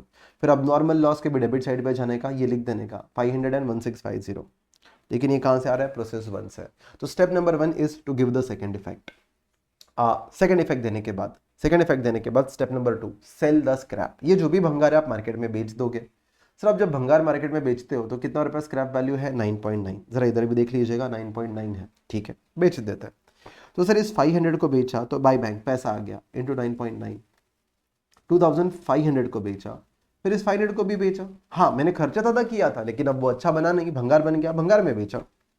तो क्या नहीं से दैट भंगार में बेचा, तो यहाँ पे आपको जो वैल्यू आएगा वो ये आ जाएगा 500 into 9.9 and you will get this value, और you close the account, you will get this profit and loss. Logically आपने इस 500 के ऊपर इतना कॉस्ट लगाया था, लेकिन इस 500 को बेचने के बाद इतना रिकवर हो गया, तो आउट ऑफ दिस वैल्यू अगर ये वाला रिकवर हो गया तो जो नहीं रिकवर हो गया वो आपका लॉस है, वो आपके पीएनएल अकाउंट के डेबिट साइड में दिखेगा। ये क्रेडिट साइड है और ये पीएनएल के कौन से साइड आ जाएगा, आपके डेबिट साइड में। Is it very much clear? क्या आपको ये थॉट प्रोसेस एकदम अच्छे से क्लियर हो जाता है? हाँ जी, ये वाला थॉट प्रोसेस एकदम अच्छे से हमें क्लियर है जी सर। आप आगे बढ़िए और आगे का समझाने की बिल्कुल कोशिश कीजिए। हमने बोला ठीक, सुनना नाउ अब हम आगे बढ़ते हैं और आगे की बातें समझने की कोशिश करते हैं। ओके, हैविंग डन दिस एक शॉर्टकट भी है। कैसे? देखो शॉर्टकट ये है कि एक यूनिट 32.5 में बना, तो सर मेरे को लगा खराब हो गया, मतलब इतना नुकसान हो गया, लेकिन नहीं, भंगार में बेचा तो 9.9 मिल गया, मतलब CPU जो मैंने किया था उसमें से स्क्रैप वैल्यू इतना रिकवर हो गया ना। और ये कितने यूनिट्स के साथ हुआ, 500 के साथ। तो देखो मैंने इतना खर्चा किया था, इतना रिकवर हो गया एक के पीछे, और ऐसा किसके साथ हुआ है, 500 के साथ, वही आंसर डायरेक्टली आ जाएगा बिल्कुल। अब एक अबनॉर्मल गेन वाला है जो थोड़ा सा खतरनाक है, जो आपको थोड़ा ध्यान से सुनना है, नहीं तो गड़बड़ी हो सकती है। क्या? Abnormal gain. So abnormal gain वाला आपको ध्यान से समझना है, जहां पे मिस्टेक आपका नहीं होना चाहिए। समझते हैं सर? देखो अबनॉर्मल गेन वाला part, let's try to understand this abnormal gain वाला पार्ट। गेन वाले पार्ट की बात करते हैं, सुनना। मैं क्या बोलता हूँ, अच्छा एक चीज और, लास्ट प्रोसेस का आउटपुट कहां पे ट्रांसफर किया जाएगा, फिनिश गुड्स। लास्ट प्रोसेस का आउटपुट कहां पे ट्रांसफर किया जाएगा, फिनिश गुड्स में। अब यहां पे देखना sir, by normal loss, can I say that normal loss appearing again SSC. तीन हमें ये करने हैं एसएससी, पहले सेकंड इफेक्ट दे दो, मैंने बोला डन सर, दे देते हैं। तो इसको इधर आके दे देने का, प्रोसेस 2 से आया है ये। अच्छा, abnormal gain is appearing on the debit side, तो उसका second effect abnormal gain account के क्रेडिट साइड पे आएगा। हाँ जी, ये दे दिया। सो ये हो गया हमारा सेकंड इफेक्ट वाला part. This is something that we have done which is second effect वाला part, I can say that. Okay, now यहाँ पे अगर हम देखेंगे, अगर हम यहाँ पर देखेंगे तो जरा यहाँ से आगे बढ़ेंगे तो जरा समझना क्या होगा। इतना होने के बाद this is something which we are done with. अब इतना होने के बाद आगे की बातें समझना। यहाँ पे इतना होने के बाद आगे की बातें समझना वो क्या रहेगा करके। नाउ सेकंड इफेक्ट हो गया है सेल द स्क्रैप। अच्छा, आप ध्यान से समझना, अगर मैं बोलता हूँ इनपुट 22,000 का है, ये ना बहुत लोग को नहीं समझ में आता। देखो जरा, मैं ये बोलता हूँ कि आपका जो इनपुट है ना वो 22,000 का है, और आपका जो आउटपुट है ना वो 20,000 का है। अगर मैं आपको कुछ समझाऊँ तो मुझे बताओ आपका कितने का लॉस हुआ है। मशीन में 22 गया था, मशीन के बाहर 20 आया है, तो there is loss of 2000। If you understand, so there is loss of 2000, that is what I can से, कि यहाँ पे 2000 यूनिट खराब हुए हैं। इसको मैं अलग तरीके से भी बोल सकता हूँ, मैंने 2200 खराब होंगे ऐसा सोचा था, लेकिन उसमें से 200 तो अच्छे निकल गए, मतलब 200 ही खराब हुए ना, 2000 ही खराब हुए, बिकॉज 200 तो अच्छे निकल गए। That is how you can say, या तो 200 2000 ही, sorry, out of 2200 is your gain, अच्छे बन गए वो, तो लॉस कितने हुए, 2000। यही निकालने का ये भी एक तरीका था। अच्छा, तो देखो अभी यहाँ पे जरा सा ध्यान से, will you be able to sell 2200 in the market as a scrap? नहीं। अब 2200 नहीं बेच सकते। सर ऐसा क्यों? सर हम 2200 क्यों नहीं बेच सकते? सिंपल है सर, स्क्रैप ही 2000 का हुआ है ना, क्योंकि इसमें से 2200 में से 200 का गेन हो गया, तो गेन लिख दो, ये गेन हो गया है। तो आप बेच कितना सकते हो, 2000 ही बेच सकते हो।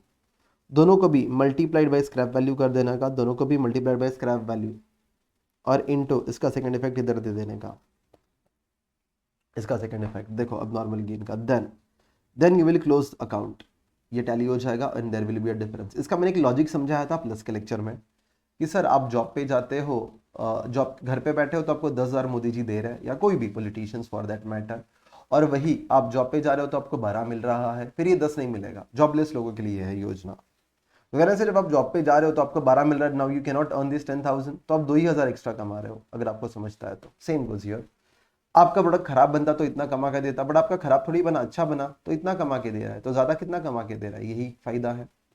इसके लिए भी आप ये शॉर्टकट वाला फॉर्मूला यूज कर सकते हो। ये प्रोडक्ट अच्छा बना तो इतने का फायदा दिखा, खराब बनता तो भी इतना रुपया मिल ही जाता था, 8.6, तो ज्यादा कितना मिल रहा है, एंड इनटू ये वाली क्वांटिटी। ठीक है, so this is something that I have explain to you guys, which is with reference to your, we can say that this part without WIP वाला पार्ट। इसमें और भी चीजें समझने जैसी हैं। हाँ जी हाँ, और भी चीजें समझने जैसी है, जैसे कि सर कुछ बताओ। देखो मैं क्या बोल रहा हूँ, सुनना। कभी कभी ऐसा होगा कि प्रोसेस ए ने कुछ यूनिट्स बनाए, यूनिट्स कितने बनाए, 7,500, लेकिन ये सारे आउटपुट दूसरे प्रोसेस में नहीं देगा। देखो कभी कभी ऐसा होगा कि इसमें से वो खुद कुछ यूनिट्स को वो खुद बेचता है, that these are not allowed. Now देखना आगे, 66% of the output of process A was passed on to the, क्या लिखा गया, नेक्स्ट प्रोसेस। मतलब जनरली मैं क्या लिखता, स्टेप नंबर 5 के अंदर जाके, ये आउटपुट है तो बाय प्रोसेस बी लिख देता, 7,500 हम दे देते, लेकिन बोला गया है खाली 66% को ही was passed on to the next process and balance was sold. तो 60 इसको 2/3 भी बोलते हैं, 33.33, या तो कैलचिप है 7,500 इंटू 66.6666% एंटर करो, ये 5,000 आ जाएगा। ये प्रोसेस बी में जाएगा, ये बी में ट्रांसफर करेगा, और बैलेंस कितना है, 2,500, दिस इज सोल्ड, बराबर। तो इस बार देखो प्रेजेंटेशन कैसा होगा। इस 7,500 को हमने दो पार्ट में डिवाइड किया, जो आउटपुट हमें इधर लिखना चाहिए था इसको हमने दो पार्ट में डिवाइड किया है। एक प्रोसेस बी में जाएगा और एक आपका पीएनएल में, बिकॉज आप बेच रहे हो। याद रखना दोनों को भी हम इंटू सीपीयू ही करें, इसको तो डाउट ही नहीं है सीपीयू करेंगे, इसको भी भले ही बेचा है फिर भी सीपीयू पे करो। क्यों? इंटू सेलिंग प्राइस कहां पे रिकॉर्ड किया जाएगा? इंटू सेलिंग प्राइस आपका पीएनएल में रिकॉर्ड किया जाएगा, इधर नहीं, इधर आपका इंटू सीपीयू ही आएगा। फिर ये वाली वैल्यू पीएनएल के डेबिट में दिखेगी इंटू सीपीयू करके, और यहाँ पे इंटू सेलिंग प्राइस करके फिर उसका सेल्स दिखेगा और पीएनएल में प्रॉफिट रिकॉर्ड होगा। बिल्कुल सो ये आपको समझ में आता है? अगर आपके आउटपुट के दो पार्ट्स है तो वो ठीक है। दूसरी चीज, हम जनरली प्रोसेस बी का आउटपुट कहाँ पे भेजते हैं? फिनिश गुड्स अकाउंट में, फिर उधर से सेल होता है। लेकिन मैं बोलता हूं कि अगर प्रोसेस बी ने जितना भी बनाया है लास्ट प्रोसेस ने पूरे का पूरा बेच दिया तो टाइम पास हो जाएगा। यही यूनिट्स आप फिनिश गुड्स में भेजोगे, फिर फिनिश गुड्स से बोलोगे इधर से बिक गया, उससे सीधा इधर से ही फिनिश गुड्स में, इधर से ही पीएनएल में भेज दो। प्रोसेस लास्ट प्रोसेस का आउटपुट सारा का सारा बिक गया है तो सारा पीएनएल में लेके जाओ, तो देखो ऐसा दिखेगा। इधर एक ये इतना हम बेच रहे हैं, प्रोसेस ए से जो बेच रहे थे, देखो ये वाला आ गया अब 2500 एंड 3125, ये वाला बेच रहे थे आप 3125, देखो 0।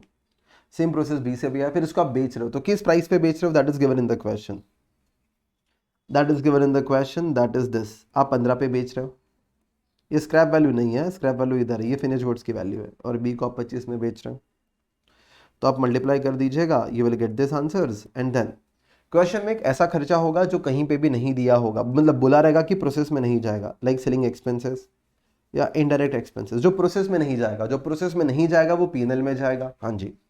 उसके अलावा ये अब नॉर्मल गेन एंड लॉस का शॉर्टकट जो बताया था, that is CPU minus scrap value into quantity कर दीजिएगा, क्वांटिटी। अब अगर आपने एक बार लेक्चर पहले बैठा है तो आपको ये अच्छे से समझेगा। डन।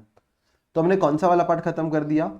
फर्स्ट वाला पार्ट खत्म कर दिया है। अभी हम सेकंड वाले पार्ट पे है, which is equivalent production.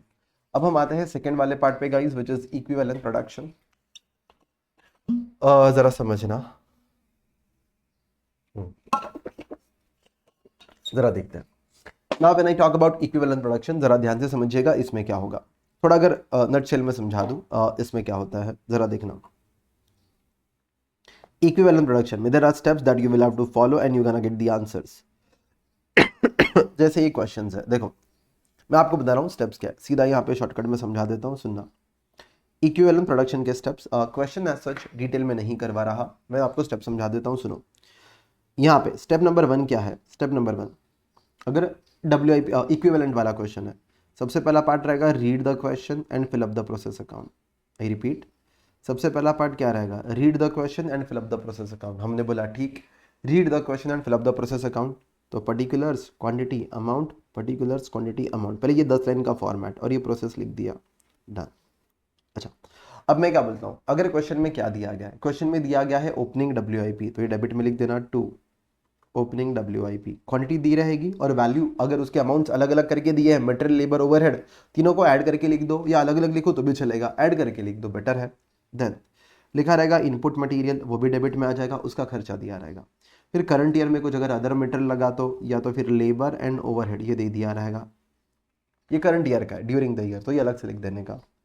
Then question में मान लो 3 चीज़ आएंगी, एक तो normal loss by completed units, और आपका आ जाएगा बाय क्लोजिंग WIP, और क्या आ जाएगा आपका by closing WIP। Normal loss, अभी नॉर्मल लॉस को लेके 4 केसेस है। नॉर्मल लॉस को लेके कितने केसेस है? 4। मतलब सर समझा दो। देखो मैं क्या बोलता हूँ, मान लेते हैं ये 100 है और मान लेते हैं ये कि 500 है, और आपने कितने यूनिट्स बनाए? Late us say that is 450। अभी नॉर्मल लॉस को लेके अगर ऐसा लिखा रहेगा, normal loss is late us से 10% ऑफ इनपुट, ऐसा वर्ड लिखा है खाली, तो इनपुट लिखा है मतलब खाली इसका आएगा वो 500 का 10%, और जो भी आएगा वो इधर लिख देंगे। अच्छा, ऐसा लिखा गया normal loss is 10% of total input, लिखा गया है इंक्लूडिंग ओपनिंग WIP, ऐसा ब्रैकेट में है, total input including opening WIP। मतलब इस बार नॉर्मल लॉस 600 का 10% निकाला जाएगा, 600 का 10% निकाला जाएगा। Then there is third part, that normal loss is 10% of good units which are transferred to next process. Normal loss is 10% of good units which are transferred to next process. तो अब 450 unit transfer कर रहे हो तो 450 का 10% निकालना, ठीक है। एक चीज और आ जाएगी, normal loss is 10% of, normal loss is 10% of, या तो प्रोडक्शन बोला जाएगा या तो थ्रूपुट बोला जाएगा। क्या बोला जाएगा? थ्रूपुट। तो क्या करने का कि मशीन के थ्रू से कितने यूनिट्स गए, तो आई कैन सी दैट यहाँ पे late us say that 20 units closing में है, तो I will say that opening plus purchase, opening plus input. तो मेरे पास 600 यूनिट्स है, ओपनिंग में ऑलरेडी 100 थे, मैंने 500 इनपुट किए, तो 600 यूनिट्स मेरे पास होने चाहिए। और ये 600 में से 20 अभी भी पड़े हुए हैं क्लोजिंग में, तो कितने यूनिट्स मशीन के थ्रू से पास हो जाने चाहिए और प्रोड्यूस हो जाने चाहिए देखने जाओ तो, अगर लॉस वेस कुछ ना हो तो 600 में से 20 अभी भी WIP में पड़े, तो 580 that should pass through the machinery, that is throughput, और उसका प्रोडक्शन हो जाना चाहिए। और फिर ये 580 के ऊपर आप 10% निकालोगे कि इतना प्रोडक्शन जो होता है उसमें से इतने खराब होते हैं, जो प्रोडक्शन होते हैं उसमें से, that is opening plus input minus closing करोगे तो प्रोडक्शन आ जाएगा, जिसको थ्रूपुट बोलेंगे, फिर इसका 10% निकलेगा, डन। और फिर इनटू स्क्रैप वैल्यू कर देना। और अगर मान लो क्वेश्चन में स्क्रैप वैल्यू नहीं दी गई है, अगर क्वेश्चन में स्क्रैप वैल्यू नहीं दी गई है तो क्या मान लोगे? नील मान लोगे। हाँ जी। अब हमें इसका आंसर ढूंढना है, हमें इसका आंसर ढूंढना है, जरा समझना, इसका आंसर ढूंढना है, इसका आंसर ढूंढना है। अब now step number 2 is close which column? Quantity column. अब आप इस प्रोसेस का क्वांटिटी कॉलम क्लोज करोगे, इससे दो चीजें होंगी, या तो डेबिट में बैलेंस आएगा, डेबिट में आया तो अब नॉर्मल गेन बोलते हैं, या तो अगर क्रेडिट में आएगा तो उसको हम अब नॉर्मल लॉस बोलते हैं, देख लीजिएगा इधर आएगा। अब हमें इसका भी आंसर ढूंढना है, मतलब या देखो ये आंसर और ये आंसर ढूंढना है, उसके बाद या तो अब नॉर्मल गेन या तो अब नॉर्मल लॉस, हमें इसका आंसर ढूंढना है। हाँ जी। तो स्टेप नंबर ये हो गया। अभी step number 3, step number 3 is कौन सा मेथड फॉलो करना है क्वेश्चन सॉल्व करने के लिए। स्टेप नंबर 3 इज कौन सा मेथड फॉलो करना है इस क्वेश्चन को सॉल्व करने के लिए, हमें वो डिसाइड करना है।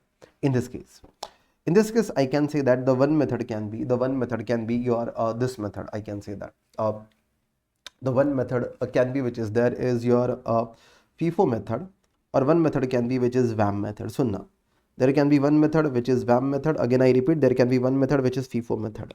हमारी थिंकिंग क्या होती है? अच्छा सर, कौन सा मेथड फॉलो करने का? Will that be given in the question? Definitely yes. अभी सुनना, FIFO और VAM में मेथड के अंदर कौन सा मेथड फॉलो करना चाहिए, question will specify, question specify करेगा।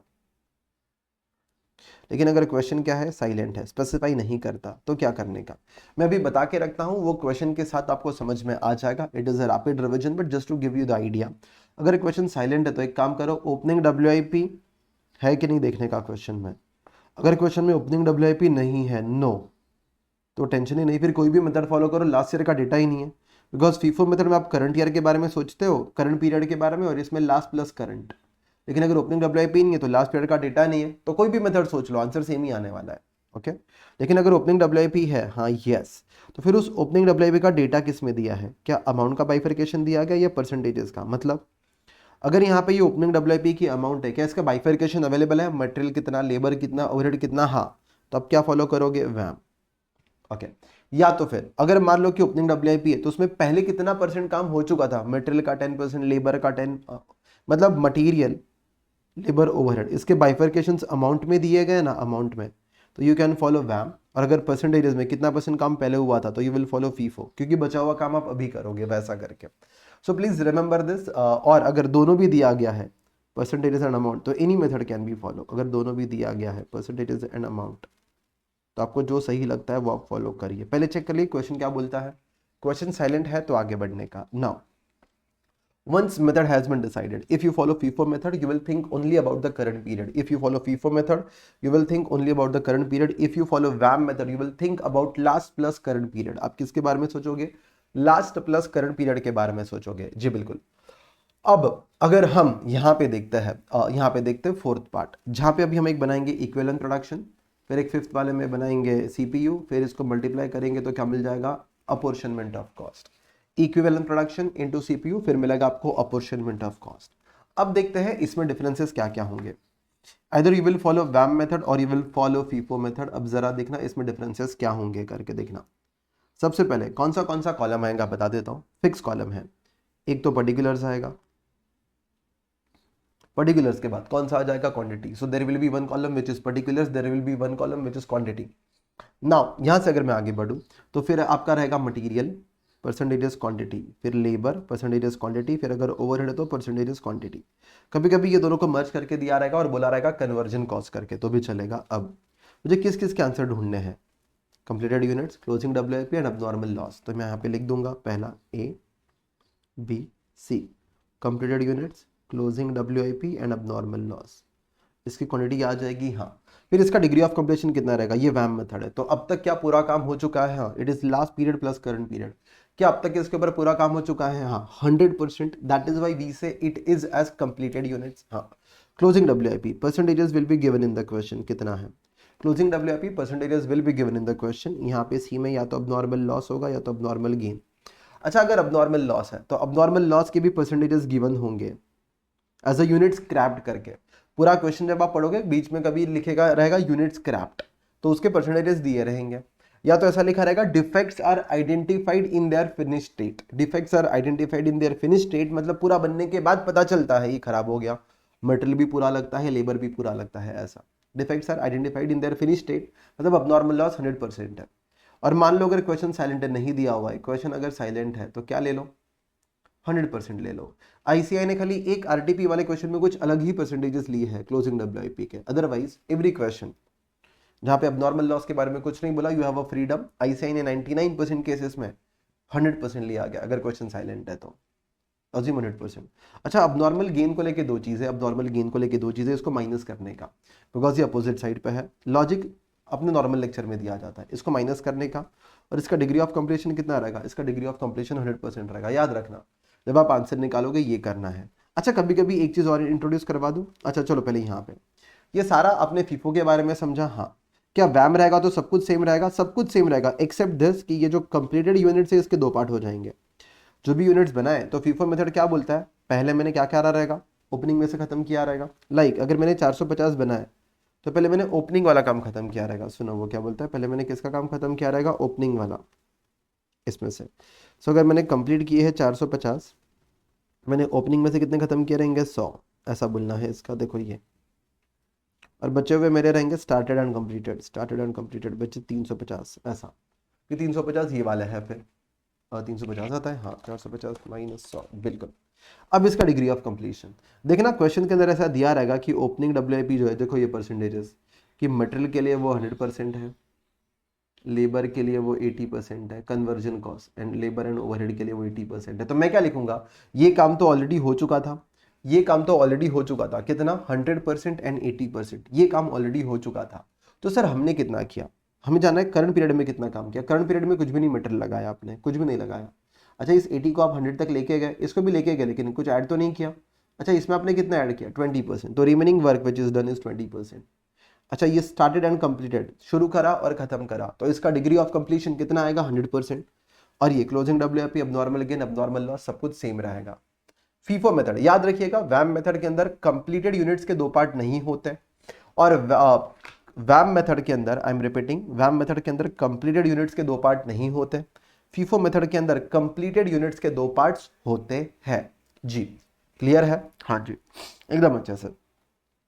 अब इसके बाद हम क्या निकालेंगे मालूम है, statement showing CPU cost per unit, statement showing cost per unit. अब हम जब निकालेंगे स्टेटमेंट शोइंग CPU तो वैम मेथड के हिसाब से कॉस्ट कौन सा रहेगा, last period plus current period, last period plus current period. जो कॉस्ट रहेगा वो रहेगा last period plus current period minus scrap. Scrap कहाँ से आएगा, प्रोसेस के क्रेडिट साइड से, प्रोसेस के क्रेडिट साइड से आ जाएगा। और लास्ट पीरियड का खर्चा कहाँ से आएगा, देखो ये है लास्ट पीरियड का खर्चा। और क्वेश्चन के अंदर इसका अमाउंट में बाइफरकेशन दिया रहेगा। देखो हम यहाँ पे वैम मेथड हमका फॉलो कर दे, जब अमाउंट में बाइफरकेशन दिया रहेगा तो दिया रहेगा मटेरियल इतना, लेबर इतना, ये इतना। करंट पीरियड का खर्चा आ जाएगा प्रोसेस के डेबिट साइड से, देखो यहाँ पे जो लिखा रहेगा ये। अच्छा देन माइनस स्क्रैप प्रोसेस के क्रेडिट साइड से, ये आंसर आ गया। डिवाइडेड बाय इक्विवेलेंट प्रोडक्शन, आपको CPU आ जाएगा। CPU हो सके तो 4 डेसिमल में रखना, बिकॉज ICAI रखता है, या तो रखना ही है। अगर मैं सिंपल बोलूँ, आपको अपने CPU को कितने डेसिमल में रखना है, मैं बोल रहा हूँ 4 डेसिमल में रखना है। अगर वही CPU अब आप किस मेथड से निकालते हो, फीफो मेथड से, तो you think only about work done in the current period, तो आपको लास्ट पीरियड का नहीं लेना है, बस सब कुछ सेम रहेगा, बस लास्ट पीरियड का खर्चा नहीं लेना है, बस ऐसा है। अच्छा फिर इसके बाद क्या करना है, इसके बाद सर काफ़ी सिंपल है, दो चीज़ों को मल्टीप्लाई करना है।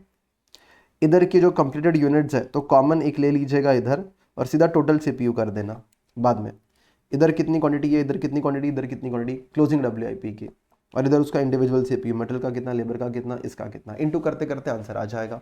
बस ज़रा इधर ध्यान देना है, इधर जब आप कंप्लीटेड यूनिट्स का आंसर निकालोगे तो इधर का क्वांटिटी, इधर का क्वांटिटी, इधर का CPU, इधर का CPU, लेकिन ये तो work done in the current period है, work done in the current period है तो ये तो आएगा ही आएगा, बट प्लस इसमें लास्ट ईयर का खर्चा भी तो ऐड होगा, लास्ट पीरियड वाला जो प्रोसेस के डेबिट से आएगा, ये वाला। तो फीफो में इधर ऐड होगा, वो ध्यान रखना, बिकॉज आपने सीपीयू खाली करंट पीरियड का निकाला था, work done in the current period था। लेकिन सर केक का 40% कल बनाया था तो 400 का खर्चा किया, केक का 60% आज बनाया तो 600 का खर्चा किया, लेकिन खर्चा तो ओपनिंग वाला भी ऐड होगा ही ना जो पहले वाला है, तो वो भी ऐड कर देना बस। दूसरा, I think you can easily do that, I don't think there is any problem. अब इसमें एक चीज और नई क्या आ सकती है, नहीं ये आ सकती है कि कभी कभी एक सब्सिक्वेंट प्रोसेस वाला क्वेश्चन होगा, सब्सिक्वेंट प्रोसेस। अच्छा, व्हेन आई से सब्सिक्वेंट प्रोसेस मतलब प्रोसेस नंबर 2, तो प्रोसेस नंबर 2 के लिए देखो क्या रहेगा, क्वेश्चन के डेबिट में हो सकता है ओपनिंग WIP, उसके अलावा एक प्रोसेस 1 से मटेरियल आएगा, फिर हम खुद लगाएंगे मटेरियल, फिर खुद लगाएंगे लेबर, फिर खुद लगाएंगे ओवरहेड। तो डेबिट में कितने खर्चे दिखेंगे, 4 दिखेंगे। एक रहेगा प्रोसेस 1 का, एक रहेगा मटेरियल, एक रहेगा लेबर, एक रहेगा ओवरहेड। तो ये तो तीनों नॉर्मल थे। एक और एक्स्ट्रा आ गया आपका अर्लियर प्रोसेस वाला मटेरियल, अर्लियर प्रोसेस से जो आएगा P1 से, तो यहाँ पे एक P1 से जो मटेरियल आएगा वो भी आ जाएगा। और इसका डिग्री ऑफ कंप्लीशन याद रखना, वैम मेथड है तो इसमें ओपनिंग WIP नहीं है, सब में ही 100 आ जाएगा। लेकिन अगर वो कौन सा है, फीफो मेथड, तो ओपनिंग WIP में खाली निल लिख देना, अगर ओपनिंग है तो उसमें निल और बचे हुए में 100%। आई रिपीट, अगर आपके पास कुछ पहले वाले प्रोसेस का एक इनपुट मटेरियल आ रहा है, अगर आप सब्सिक्वेंट प्रोसेस का क्वेश्चन सॉल्व कर रहे हो, सो ओपनिंग WIP अगर दिखता है तो उसमें निल लिख दीजिएगा और बचे हुए में क्या लिख देना, 100%। ये एक रूल जो समझाया था, लॉजिक प्लस के लेक्चर में ही होगा भाई, काफी लंबा था। Okay, so this is a quick rapid fire summary. अच्छा, there is one more thing which can be added. What? अगर मान लो कभी ऐसा लिखा है क्वेश्चन के अंदर डेबिट में, टू पैकिंग मटेरियल, क्या लिखा गया है, टू पैकिंग मटेरियल बराबर, और इसके लिए एक नोट लिखा गया कि packing material is added only on finish goods करके, only on finish goods, because जो गुड्स बन गए उसी को तो पैक करेंगे। Okay, so in this case आपको क्या करना है, packing material is added only on the finish goods ऐसा बोला है, तो इन दिस केस आपको क्या करना है, मैं सिंपल बोलूं, आपको ये करना है कि ये जो फिनिश गुड्स है, ये पैकिंग मटेरियल को पूरे इसमें लो ही मत, पूरे क्वेश्चन में सॉल्व करते टाइम आगे। अब जो भी सॉल्यूशन करते हो ना इसमें कहीं पे भी मतलब ये तीन ही आएंगे, material labour overhead, packing material नहीं आएगा, वो सीधा एंड में जो भी फिनिश गुड्स की वैल्यू आएगी उसमें ऐड कर देना, बिकॉज मुझे ये पता है ये पैकिंग मटेरियल सीधा कंप्लीटेड यूनिट्स के ऊपर जाएगा, पैकिंग मटेरियल सीधा कंप्लीटेड यूनिट्स के ऊपर जाएगा। ऐसा है सर, हाँ जी ऐसा है। ओके, अच्छा, वन मोर थिंग, एक और है इंटर प्रोसेस प्रॉफिट करके, please search it on the YouTube, it is quite difficult to summarise everything here. So inter process profit आप सर्च कर सकते हो यूट्यूब पे, you will get one question, you can solve that. Okay, और if possible मैं marathon में cover करवा दूंगा जो एग्जाम वाली रहेगी उसमें, ठीक है। So guys, this is something that is there, I can just say that, और I just need to revise this. नहीं, जरा देखते हैं, एक ही सेकेंड, चलो, या तो मैं सोच रहा हूँ एक काम करते हैं, सबसे पहले रिवाइज करवा ही देता हूँ, पहले ऑफर समझा देता हूँ और देन इंटर प्रोसेस प्रॉफिट को भी खत्म कर देते हैं। चलो खत्म कर देते हैं, let us just wrap it up, like it will take another 15 minutes वगैरह, बट चैप्टर अच्छे से कवर हो जाएगा जी 1 घंटे के अंदर, ठीक है। फिर हम इंटर प्रोसेस प्रॉफिट इसका खत्म करते हैं। सुनना, अब अगर हम इधर बात करेंगे, यहाँ पे अगर हम इधर बात करेंगे तो जरा ध्यान से समझिएगा, ध्यान से। Okay, if you understand this here, यहाँ पे ऑफर है गाइज अनअकैडमी से, अगर आप सब्सक्रिप्शन लेना चाहते हो तो मेरा नाम है C Rahul Banshal, I am educator for costing and F, इतना तो आपको पता है। अच्छा सर, अगर आपको सब्सक्रिप्शन लेना है, अगर आपको डिस्काउंट वगैरह जो भी है वो चाहिए, तो आप एक कोड यूज़ कर सकते हो जो रहेगा RPCA करके। कोड क्या रहेगा, RPCA, जिससे आपको ये जो 25% है अभी चल रहा है, आगे जाके कम ज़्यादा हो सकता है, जो भी ऑफर रहेगा you can use this code, और you can use any other educators code जिसको भी आप, जिनका भी नाम पता है, जो आपको सही लगे भाई, या you can use this and take the subscription. Okay, अब हम आते हैं कहाँ पे, अब हम आते हैं इंटर प्रोसेस प्रॉफिट के ऊपर।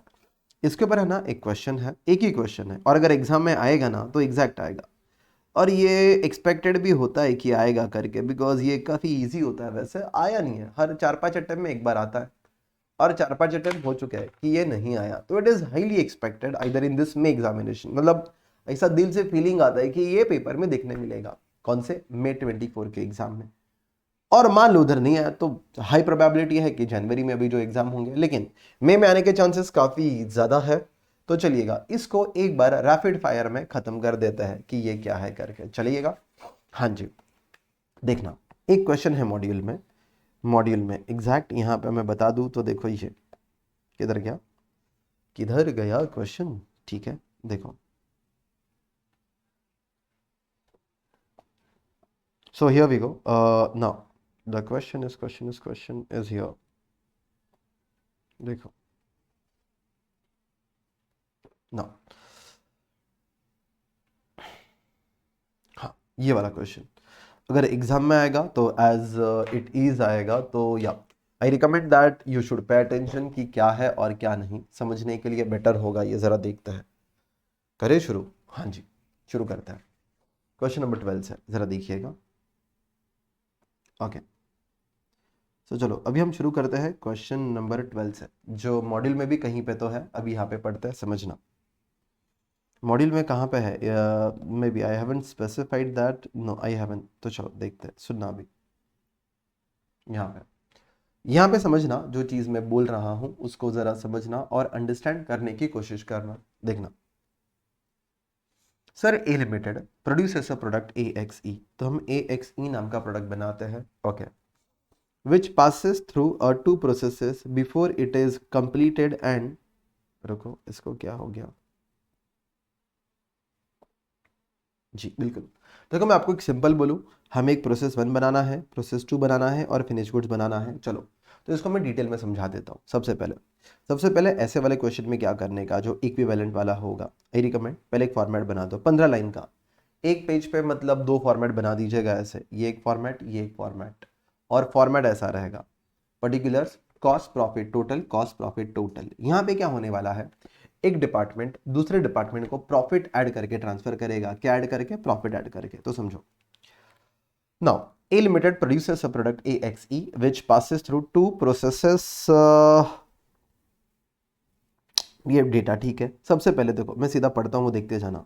सर सबसे पहले कौन सा क्वेश्चन है? मटेरियल का ओपनिंग का खर्चा है, ओपनिंग स्टॉक लिख दिया 7500।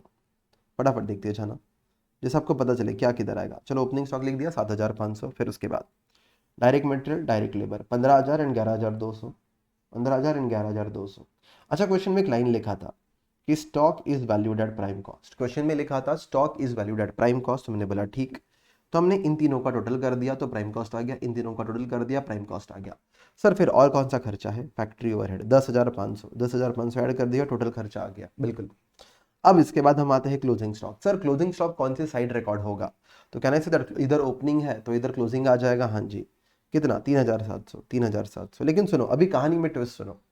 मैं अगर बोलूँ मैंने 100 यूनिट्स बनाया है, ओके, अगर मैंने 100 यूनिट्स बनाया है तो आई hope you understand, if I have produce 100 units, is it, अगर मैं बोलूँ 20 अभी भी मेरे पास है तो मैंने कितना ट्रांसफर किया रहेगा? 80। तो मैं ज़रा बता रहा हूँ कि मैंने इतना खर्चा किया है, उसमें से इतना अभी भी क्लोजिंग में मेरे पास है, तो मैंने कितना यूनिट्स नेक्स्ट प्रोसेस में ट्रांसफर किया रहेगा? 40,500, जिसका कॉस्ट होगा देखो ये। तो मैंने इतना यूनिट्स 40,500 रुपये का स्टॉक मैंने ट्रांसफर किया रहेगा। हाँ, और जब मैं ट्रांसफर करता हूँ मैं क्या करता हूँ देखो जरा, output of process 1 is transferred to process 2। P1 अपना आउटपुट P2 को देता है at 25% profit on the transfer price. हम कितना प्रॉफिट ऐड करते हैं? 25% प्रॉफिट ऐड करते हैं ऑन द ट्रांसफर प्राइस। तो ठीक है, इक्वेशन क्या बनेगा? इक्वेशन देखो ये बनेगा, cost plus profit is equal to transfer price. यहाँ पे समझा देता हूँ, इधर ही कॉस्ट प्लस प्रॉफिट, और इस प्राइस पे हम ट्रांसफर करते हैं and profit is 25% on transfer price. मतलब अगर ये 100 है तो ये कितना हो जाएगा फिर? 75। और मुझे कॉस्ट पता है, 75 वाली चीज़ में मैं 25 रुपये का प्रॉफिट ऐड करूंगा। तो ज़रा इधर देख लीजिएगा, तो जो चीज़ आपकी जो चीज़ आपकी यहाँ पे कितने की है? इतने की, उसमें आप कितना प्रॉफिट ऐड करोगे? इतना। ये दोनों कॉलम को ऐड करके ये वाला मिलता है, समझना। तो ये 13,500 का प्रॉफिट लिख दिया, ये टोटल, ये टोटल, ये टोटल, फिर ये टोटल, फिर इसमें से ये minus, and this is taken as a balancing figure. I hope this is very much clear, the thought process is very much clear कि आपको करना क्या है। हाँ सर, एकदम बढ़िया तरीके से समझा है। अब सर ये जो आउटपुट है, ये कहाँ पे आएगा? ये प्रोसेस 2 के डेबिट साइड पे आ जाएगा, ये प्रोसेस 2 के डेबिट साइड पे आ जाएगा। देखो इधर, अरे सर इधर आउटपुट है ना, तो उसके लिए इनपुट है ना? हाँ सर। अच्छा ठीक है, अब हम प्रोसेस 2 से शुरू करते हैं। अब कहानी में थोड़ा ट्विस्ट आएगा, अब इसको मत देखो, चलो देखते हैं। अब हम सबसे पहले क्या रिकॉर्ड करेंगे? Opening stock. अच्छा sir, it has inter process profit included in opening stock, नहीं ओपनिंग स्टॉक, ठीक है।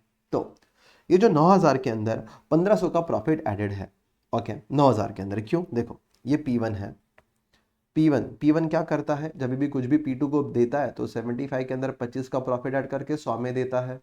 तो इसके अंदर मैं बोलूँ इसके पास 100 रुपये का स्टॉक पड़ा है, लेकिन इस 100 रुपये के अंदर 25 रुपये उसने ऐड किया हुआ है ना अर्लियर प्रोसेस ने। हाँ, तो 9000 के अंदर कितना एडेड है 1500, तो मैं लिख दूंगा पहले 9000 टोटल में। हाँ, और इस टोटल के अंदर कितना प्रॉफिट एडेड है हम वो समझेंगे। तो देखना, इस आई कैन से दैट 9000 के अंदर 1500 का प्रॉफिट एडेड है, इस 9000 के अंदर 1500 का प्रॉफिट एडेड है, तो ये कॉस्ट इतना बन गया उसका 7500 डन। तो सबसे पहले यहाँ से जो आउटपुट था वो हमने यहाँ पे इनपुट कर दिया, हाँ जी इनपुट कर दिया और ये ओपनिंग स्टॉक लिख दिया। अभी आगे और खर्चे क्या क्या है, मटेरियल है, लेबर है, आगे पढ़ूंगा तो मटेरियल है और लेबर है, तो मैंने इधर मटेरियल और लेबर को लिख दिया, टोटल कर लीजिएगा, प्राइम कॉस्ट आ जाएगा। Then you will add what, factory overhead, तो ऐड करोगे फैक्ट्री ओवरहेड, टोटल कॉस्ट आ जाएगा। यहाँ तक कोई दिक्कत नहीं है। अब हमें क्या रिकॉर्ड करना है, क्लोजिंग स्टॉक। अच्छा सुनो, जो भी स्टॉक प्रोसेस 2 के पास पड़ा रहेगा वो उसने कहाँ से लिया रहेगा, वो P1 से लिया रहेगा। और जब P1 P2 को देगा, मैं प्रोसेस 2 हूँ, मुझे जब सामने वाला देगा तो वो कुछ ना कुछ प्रॉफिट ऐड करके देगा। हाँ, it means whatever stock I have whether it is closing, even it must be having some profit included, इसके अंदर भी कुछ तो प्रॉफिट इंक्लूडेड होगा। हाँ जी, ऐसा लगता तो है कि इसके अंदर भी कुछ तो प्रॉफिट क्या होगा, इंक्लूडेड होगा। 4500 के अंदर इसके अंदर भी कुछ ना कुछ प्रॉफिट इंक्लूडेड होगा। अब हम इसको समझेंगे कि कितना प्रॉफिट इंक्लूडेड होगा करके इस 4500 के अंदर। तो समझना, मैं क्या बोलता हूँ, सुनना। मेरे को है ना, मेरे को इसने एक चीज़ 100 रुपये में बनाई थी, उसमें 20 रुपये का प्रॉफिट ऐड करके मुझे 120 में दे दी।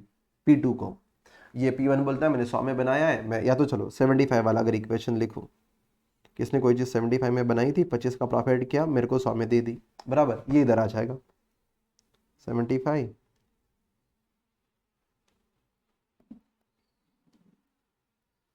25 और 100।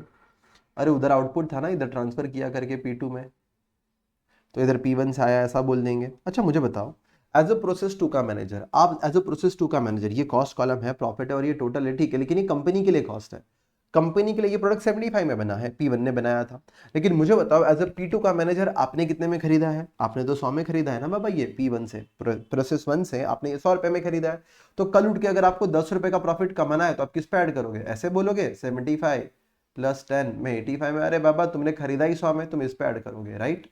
तो मुझे बताओ प्रोसेस के लिए कॉस्ट क्या है, प्रोसेस के लिए ये वाला कॉलम है। प्रोसेस वाला जब भी प्रॉफिट ऐड करेगा ना, प्रोसेस 2 वाला, वो बोलेगा मेरे लिए तो ये कॉस्ट है, ये तो कंपनी के लिए कॉस्ट है, उसका कॉलम बन रहा है, मैं तो यही कॉलम पे फोकस कर रहा हूँ, मेरे लिए ये खर्चा है, सेम गोज हियर। सो मैं अगर इधर बोलूँ तो हम ये बोलेगा, देखो ये कॉस्ट टू द प्रोसेस है, ये वाला कॉलम, ये वाला आपको देना है, ये कंपनी वाला नहीं देखना है, नाम धोखा दे सकता है, ध्यान देना कि इतने कॉस्ट का गुड्स मेरे पास है 2200। अच्छा उसमें भी सबसे पहले क्लोजिंग स्टॉक के अंदर कितना प्रॉफिट है वो निकालना है। तो 90,000 के प्राइम कॉस्ट के अंदर 1500 का क्या रहता है, 90,000 के प्राइम कॉस्ट के अंदर 15,000 का प्रॉफिट होता है। हाँ, and stock in the process, stock in the process is valued eight, क्या बोला है, stock in the process is valued at prime cost, ऐसा बोला गया है, in the process is valued at prime cost. तो जरा इधर समझना, तो ये जो स्टॉक है 4500 का, तो 90,000 के अंदर अगर इतने का प्रॉफिट होता है तो 4500 के अंदर कितने का प्रॉफिट होगा ये निकाल देना है। तो 4500 लिखो, फिर ये प्रॉफिट निकालना पड़ेगा आपको, और फिर ये इधर आंसर आ जाएगा। अब मैं क्या बोलूँगा, अब मैं क्या बोलूँगा ज़रा सुनना। मेरे पास इतने कॉस्ट का गुड्स है जिसमें से ये अभी भी क्लोजिंग में रखा गया है, इतना खर्चा हुआ है, एज अ प्रोसेस 2 वाला बोलेगा कि मैंने इतना खर्चा किया, इसमें से इतना अभी भी P2 मेरे क्लोजिंग में है, तो मैंने कितना रुपए का गुड्स ट्रांसफर किया, टेक द डिफरेंस, 94,500 माइनस 4,500, मैंने 90,000 का गुड्स ट्रांसफर किया। थोड़ा ट्रिकी है, जरा ध्यान से सुना, 90,000 का। और जब भी प्रोसेस 2 का मैनेजर गुड्स ट्रांसफर करता है, कॉस्ट कॉलम मत लेना गलती से बाबा, ये कॉस्ट है प्रोसेस 2 के लिए, वो अपने इसके ऊपर प्रॉफिट ऐड करेगा। और अगर मैं इधर देखूँ तो ये कितना प्रॉफिट ऐड करता है, process 2, output of process 2 is transfer to finish goods at 20% profit on the transfer price. हम ट्रांसफर प्राइस के ऊपर 20% प्रॉफिट ऐड करते हैं, बोले तो cost plus profit is equal to transfer price, and we added 20% profit on the transfer price, तो ये 80 हो जाएगा। 20% ऑन ट्रांसफर प्राइस हम ऐड करते हैं। Okay, so I can say that this is the equation, we add 20% profit on the transfer price, this is 80, और मैंने 80 का ट्रांसफर करूंगा तो 20 प्रॉफिट ऐड करूंगा। मैं 90,000 ट्रांसफर कर रहा हूं तो कितना प्रॉफिट ऐड करूंगा, it will be written here, here, ये इधर टोटल आ गया, ये इधर आ गया। क्या बोलते हैं, बात समझ में आई है जी, बिल्कुल बात समझ में आई तो है। अब आगे जाते हैं, इतना होने के बाद, या once we get this let's understand this. अब ये वाला आउटपुट कहाँ पे जाएगा, फिनिश गुड्स में, समझना। फिनिश गुड्स में इधर जो इधर लिखा रहेगा ना आपने, ये 75750 75750 और ये इधर आ जाएगा। अब हम बात किसकी कर रहे हैं? अब हम बात कर रहे हैं आपके फिनिश गुड्स की। तो मुझे बताओ फिनिश गुड्स में ओपनिंग स्टॉक कितना है, और अर्लियर दो प्रोसेसेस ने कितना प्रॉफिट ऐड किया हुआ है? 8250 में लाके इतना टोटल ऐड किया है। तो 22,500 के अंदर 8250 का प्रॉफिट एडेड है, और ये मेरा कॉस्ट बन गया था। ओके, दोनों का ऐड करो, टोटल कॉस्ट आ जाएगा। एक लाइन लिखी गई है important, stock in process is valued at prime cost बोला गया है, बट अगर मैं आगे पढ़ूं, finish goods is valued at the price at which it is received from process two. मतलब जब हम फिनिश गुड्स का वैल्यूएशन करेंगे, ये इंपॉर्टेंट है फिनिश गुड्स का, तो प्राइस कौन सी रहेगी? Valuation process two. देखो लॉजिकल है, मेरे पास ऑलरेडी एक ओपनिंग स्टॉक है, मेरे को प्रोसेस टू से गुड्स मिला है, फिनिश गुड्स अकाउंट वाला क्या बोलेगा? पहले मैं क्या बेचूंगा? ओपनिंग को। तो जो मेरे पास बचेगा वो P2 के अंदर से ही बचेगा, राइट? तो यही बोलना चाहते हैं कि जो भी क्लोजिंग स्टॉक है वो P2 के ऊपर वैल्यू करो। अब मेरे पास कितना क्लोजिंग स्टॉक है? देखो खर्चे तो कुछ है नहीं, क्लोजिंग स्टॉक है 11250, क्लोजिंग स्टॉक है 11250, तो मैं इधर टोटल वैल्यू तो लिख दूंगा, लेकिन मुझे जानना है कितना प्रॉफिट है इसके अंदर। टोटल करके मत करो ये ऐसा कि इसके अंदर इतना, नहीं नहीं नहीं, खाली P2 का बोला है, P2 के अंदर से ही ये बचा रहेगा, ऐसा बोला गया है। तो सर P2 के इस वैल्यू के अंदर इतना प्रॉफिट होता है, देखो तो इस 11250 में कितना प्रॉफिट होगा? Cross multiply this, get this. Okay, once you get this what will you say? मेरे पास इतने कॉस्ट का गुड्स था, उसमें से इतने कॉस्ट का गुड्स मैंने क्या कर दिया? अभी भी बचा हुआ है, मतलब कितना बेच दिया? देखो इधर 1,35,000, देखो इधर लिखा गया, देखो ये 135, ये 1125, तो मैंने कितने का गुड्स बेच दिया? इतने का। अच्छा, ये किस प्रॉफिट मार्जिन पे बेचा रहेगा? वो नहीं दिया, बट सेल्स दिया है, सीधा 140 में बेच दिया है, ऐसा दिया है। तो ये वाले को 140 में बेच दिया, मतलब इतना प्रॉफिट कमाया। हाँ जी, टोटल करो, यहाँ पे बाई सेल्स लिख दो, और ये क्वेश्चन खत्म होता है। आई होप आपका थॉट प्रोसेस एकदम अच्छे से क्लियर है। यहाँ पे हमारा इंटर प्रोसेस प्रॉफिट खत्म होता है। It took 45 minutes, but guys that was worth it. मजा आ गया रहेगा आपको, right? Already I have said कि अगर आपको बैच में एडमिशन लेना है गाइस, तो you can use the code RPCA, और यह है 25% ऑफ अभी चल रहा है, और कुछ बदलते रहता है, बट अभी के लिए ऑफर है 25% ऑफ का। मिलता है नेक्स्ट लेक्चर में, तब तक के लिए tata bye bye, see you all. there is a revision, please do check the description of the video, जहां पे मैं और भी चीजें आपको अपलोड करवा दूंगा। ओके, लाइक बहुत सारी चीजें अपलोडेड है, just check the playlist of this channel on Academy 360 degree वगैरह। या ओके, बाय बाय गाइस, मिलते हैं नेक्स्ट लेक्चर में, बाय बाय।